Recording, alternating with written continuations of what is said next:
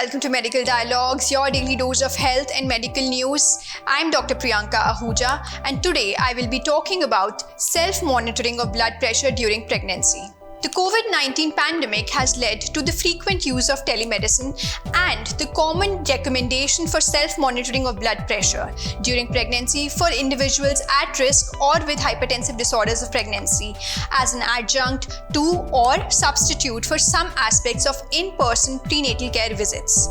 Self-monitoring of BP from 20 weeks of gestation until delivery or development of hypertension in addition to usual care did not lead to an earlier diagnosis of clinical hypertension. The results of the BUMP-1 trial has shown. The trial results have been published in the recent edition of JAMA.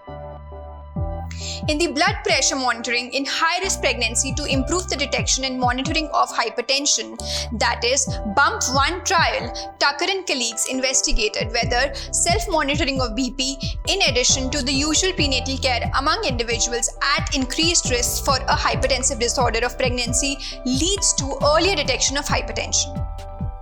Increased risk of hypertensive disorders of pregnancy was determined based on the common risk factors of varying magnitude for preeclampsia, such as age, preeclampsia history, or chronic kidney disease. Individuals were recruited in the second trimester and self-monitored their blood pressure thrice a week until delivery with the monitor validated in pregnancy and entered their data into a mobile phone app. If blood pressure was greater than 140/90 mmHg, they documented it and the app automatically recommended participants to call their maternity unit for further instructions. This app-based protocol was compared with usual care. Primary outcome data were available for 2,346 of 2,441 randomized study participants. Baseline characteristics were similar for both groups. Among the 15% of the individuals who developed a hypertensive disorder of pregnancy, time from randomization to diagnosis was not statistically significant. That is, 104 days in self-monitoring of blood pressure group versus 106 days in the usual care group. The BUMP-1 trial raises several issues. BUMP-1 enrolled a heterogeneous group of individuals at risk for preeclampsia based on vascular risk factors.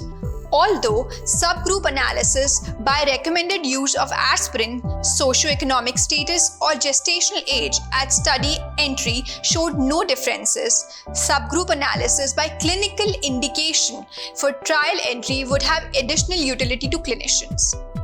Moreover, in clinical practice, the question extends to beyond latency in diagnosis of hypertensive disorders of pregnancy and includes the effect of the diagnosis on maternal and neonatal morbidity, particularly among the highest risk individuals.